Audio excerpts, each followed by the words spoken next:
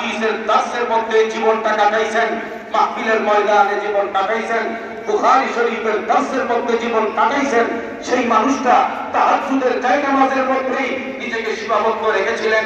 কিন্তু শেষ পর্যন্ত যখন দেখলেন না, শুধুমাত্র নিজেকে চার দেয়ালের ভেতরে আবদ্ধ করে রাখলে ইসলামকে রক্ষা করা সম্ভব হবে না। মাদ্রাসাকে মূলত প্রতিষ্ঠা করা হয় ইহকাকে হক, ইবতালে বাতিলের জন্য।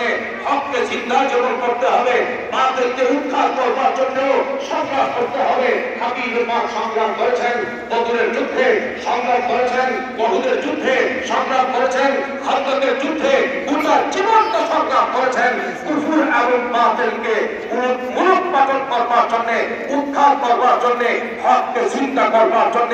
সেই নবীর ওয়ারিস হয়ে শাইখুল ইসলাম রাহমাতুল্লাহি আলাইহি তিনি নীরবে নিভৃতে বুখারী শরীফের দরস দিবেন, আর সাহাবাগীরা বাংলাদেশে ইসলামের বিরুদ্ধে উৎপাত করবে, সেটা কোনোদিন মেনে নেওয়া যায় না। হযরত তো আন্দোলনে নেমে বললেন।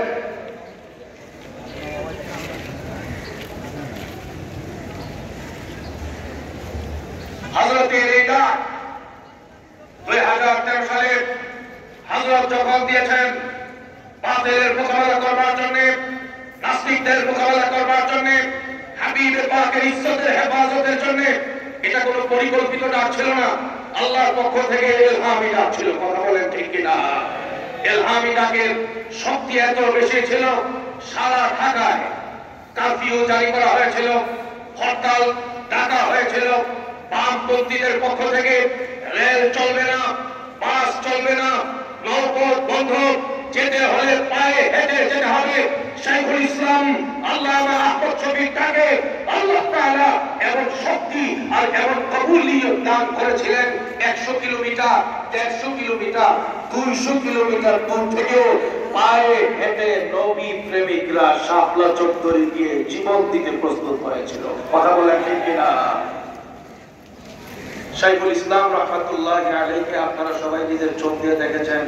আমি আপনাদের মতো এত দেখি নাই হযরতের নগণ্য ছাত্র হিসাবে। আমি এটাও দেখেছি 2017 সালে।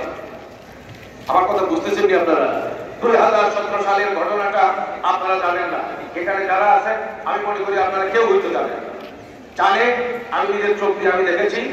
এবং এখানে আমাদের শফি ভাই আছেন, মাদ্রাসার উস্তাদ মুহতারাম হযরত মাওলানা শফিউল আলম সাহেব দামাত বারাকাতুহু হযরতের একান্ত খাদেম এবং সচিব হিসেবে কাজ করেছেন জীবনের শেষ মুহূর্ত পর্যন্ত।